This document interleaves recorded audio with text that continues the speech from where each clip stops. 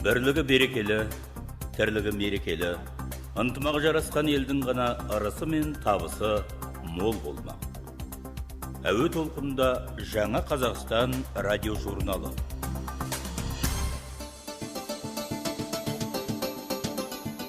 Армысыздар, ардақты радио тыңдаушылар, бүгінгі хабарымыз бірыңғай жинақтаушы зейнетақы қорындағы біріктіру қорытындылары мен қазіргі қызмет аясында болмақ. Микрофон алдында Толқынай Ахмет.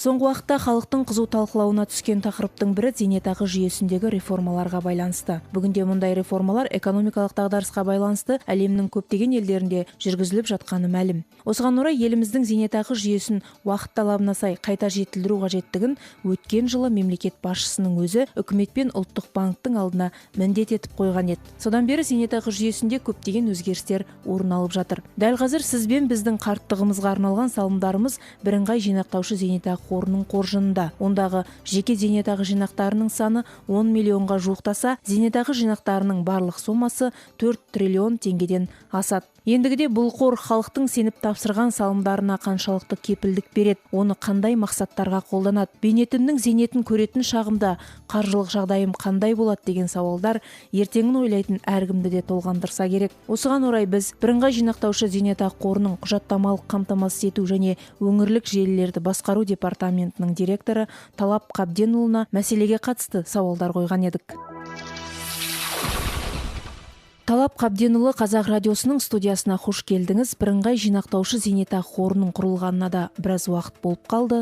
Осы қордың қазіргі жағдайы қандай? Сәлеметсіздер ме, құрметті тыңдаушылар, отандастар. Бүгінгі таңда барлық жинақтаушы зейнетақы қорларының активтері мен міндеттемелері бірыңғай жинақтаушы зейнетақы қорына жинақталды. 14 жылғы 1 сәуірдегі жағдай бойынша бірыңғай жинақтаушы зейнетақы қорындағы жеке зейнетақы шоттарының саны 9,7 миллион бірлікті. Ал зейнетақы активтерінің сомасы 4 триллионға жуық теңгені құрады. 4 триллион. Барлық зейнетақы активтерін сенімгерлік басқаруды ұлттық банк жүзеге асырады. Ал тарихи деректер, яғни мұрағат құжаттары 1 шілдеге дейін қабылдануы керек. Осы бүгінге дейін өтпеген қор қалған жоқ. Барлық қорлар осы бірыңғай жинақтаушы қорына 1 сәуірде өтіп болды. Бұрынғы жүйеде қаржы нарығы дұрыс қалыптаспады ма, әлде зейнетақы қорларының ақауы кетті ме? Қалай ойлайсыз? Бірыңғай жинақтаушы зейнетақы қорын құру, жинақтаушы зейнетақы жүйесін дамытудың, жетілдірудің, әбден жақсартудың тағы бір кезеңі деп есептейміз. Біріншіден, бұл бірыңғай жинақтаушы қоры, бұның құрылуы сол кешегі жеке жинақтаушы қорларының жіберген қатерлерін қайталатпау. Соны үкімет жағынан, ұлттық банк жағынан әбден жақсылап қадағалап отыру. Себебі бар шоттар салымшылардың, алушылардың бір жерде, бір базада, оны көріп отыру, байқап отыру, мониторинг жасау әрине оңай. Екіншіден, бір жерде болғаннан кейін есеп шот, оның санының да, сапасының да өсуіне жұмыс жасау ұлттық банкқа оның үстінде әрине кішкене жеңілдейді. Бұрын әрбір қор өзінің инвестициялық комиссиясы болатын, солар жұмысын жүргізіп жатса, ал қазір бір жерден оның үстіне бұл қор енді ол инвестициялық қордың өсуіне, ұлғаюына қызмет жасамайды, оны жүргізетін де, бағалайтын да ұлттық банк. Көпшілік салымшыларды ұзақ жылдар бойы тірнектеп жинаған қаржының болашақтағы тағдыры алаңдатады. Осыған орай сізден сұрайын дегенім, жаңа қордың бұрынғыдан тиімділігі неде? Қарапайым халыққа тиер пайдасы жөнінде айтып өтсеңіз. Бұл сұрақ әрине өте жауапты да сұрақ. Елдің сұрағы, бұны мен жақсы түсінемін. Барлық қорлардың салымшылары автоматты түрде бірыңғай жинақтаушы қорына салымшылары болды. Оларға шартты қайта жасасу қажет емес. Олар жинақтаушы зейнетақы қорының активтері аударылған кезден бастап бірыңғай жинақтаушы зейнетақы қорындағы барлық қызметтерді пайдалануларына болады. Яғни бірыңғай зейнетақы қоры басқа қорлар атқарған бұрынғы қызметтерді сол қалпында жүзеге асыра береді. Атап айтсақ, міндетті, ерікті зейнетақы жарналарын тарту, алушыларға зейнетақы жинақтарын төлеу, сол туралы ақпарат беру және тағы басқалар. Бірақ инвестициялық басқару қызметін ұлттық банк жүзеге асырады. Сонымен қатар бірыңғай жинақтаушы зейнетақы қорының құрылуы қордың әкімшілік шығындарының айтарлықтай азаюына және жеке жинақтаушы зейнетақы қорлар арасында болған шынайы емес бәсекелестікті жоюға мүмкіндік жасаған ерекше атап өткім келеді. Бұрын жұмыс жасаған зейнетақы қорларының жағдайы не болмақ? Олар енді түгелдей жойылып кетпейтін шығар. Бұрынғы қорлардың барлығы қазір түгелдей өзінің есеп шоттарын бізге аударып болды. Енді ол кісілер бұрынғы өздерінің жұмыстарыменен айналыспайды. Жаңадан лицензия алып, ұлттық банктан осы өзінің қорларын басқаша атап, жаңа жұмыстармен айналысуы мүмкін. Ол жөнінде әлі анық хабар жоқ. Енді бір 2-3 қор шешіп жатыр деген әңгімені естудеміз. Қордағы жиналған салымдарға мемлекет кепілдік бере ме? Ол қандай мақсаттарға жұмыс жасайтын болады және салымшылардың ол туралы ақпараттарды біліп отыруға құқығы бар ма? Әрине бар.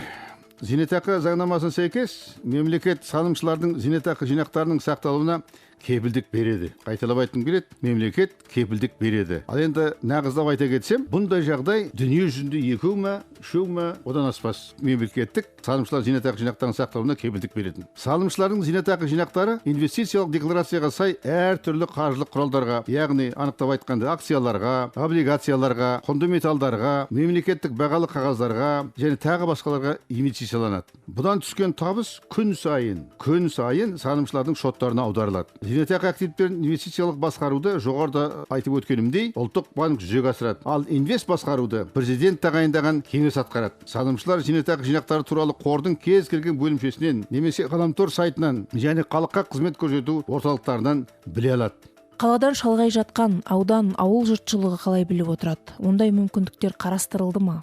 Бұрын 10 қор жұмыс жасады, соңғы кезге шейін. Сол 10 қордың 28 біздің аудан орталықтарында немесе облысқа бағынатын қалаларда өздерінің орталықтары болмаған екен. Қазір осы бірыңғай жинақтаушы зейнетақы қоры осы күнде 242 өзінің халыққа қызмет көрсететін орталықтарын ашып үлгерді. Енді қазіргі таңда 3 аудан орталығында ғана ашылған жоқ. Амандық болса, бірінші ауысқа дейін ол жерлердің бәріне ашылып қалады. Сонда біздің елімізде бірде-бір аудан орталығы немесе областной почтамт дейді ғой қалалардың. Мынау мысалы Түркістан, Рудный сияқты қалаларда ашылмаған жерлер болмайды. Ендігі біздің жұмысымыз сол жаңа айта кеттім, халыққа қызмет көрсету орталықтарын халыққа қызмет көрсететін жағдайға шешіп жатырмыз. Жақын арада мемлекеттің жиналысы өтті. Сол жиналыста халыққа қызмет көрсету орталықтарының салымшыларға, алушыларға қызмет көрсетуі жөнінде шешім қабылданды. Талап Қабденұлы, енді міндетті кәсіптік зейнетақы жарналары жайлы көпшілікке түсіндіріп өтсеңіз. Бұл бір жаңадан шешіліп жатқан мәселе. Шын айтқан уақытта халықты қуантатын мәселе деп ойлаймын. Бұның барлығы сол біздің президентіміздің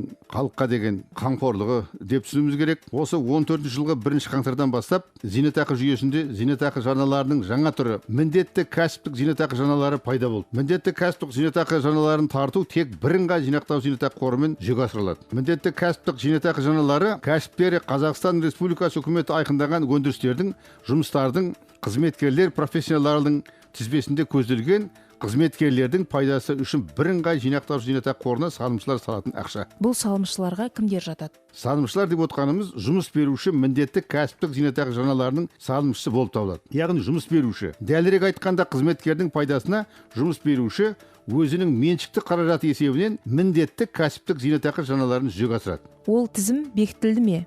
Бұл тізім бекітілді. Қазір бұл жұмыстар аяқталуға жақындап та қалды. Қандай мамандықтағы қызметкерлер кірді бұл тізімге?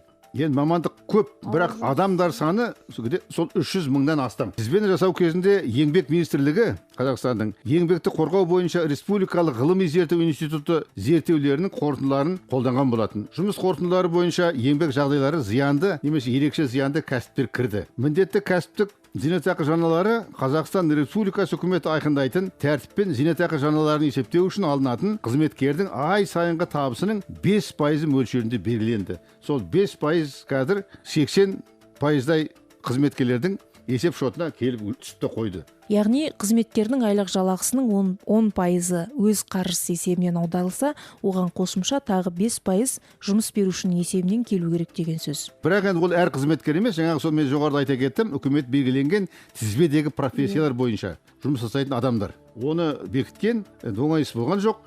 Жаңа жылдан дегенмен біз сол бір ай ғана кешігіп, қазір сол жұмысты бірге жасап жатырмыз. Қазір бірыңғай жинақтаушы зейнетақы қорының сыртқы сайты бар. Сол сайтта бәрі түгелдей кім, қандай мамандықпен істеген адамдар аударылатын жөнінде жақсы түсінік берілген. Міндетті кәсіптік зейнетақы жарналарын төлеуден зейнетақы жасына толған адамдар, біріншіден, екіншіден мүгедектігі мерзімсіз уақытқа тағайындалған бірінші және екінші топ мүгедектері, сыныптық шендер берілген әскери қызметкерлер және арнаулы мемлекеттік және құқық органдарының қызметкерлері және тағы басқалар босатылған. Ол жөнінде жаңа мемлекеттің шешімінде немесе жаңа біздің сыртқы сайтымызда әбден жақсы жазылып қойылған. Бірыңғай жинақтаушы зейнетақы қорының бұрынғыдан басты ерекшелігі оның біртұтастығында және барынша жоғары тиімділікті, шынайылықты және сенімділікті қамтамасыз ететіндігінде. Сонымен қатар мемлекет тарапынан салымдардың сақталынуына кепілдіктің болуы жұрттың алаңдаулы көңілін жұбатады. Сосын кезінде бәріміздің жинақтаушы зейнетақы қорларының салымшылары болған кезіміздегі ескерусіз шығындар енді артта қалғандай.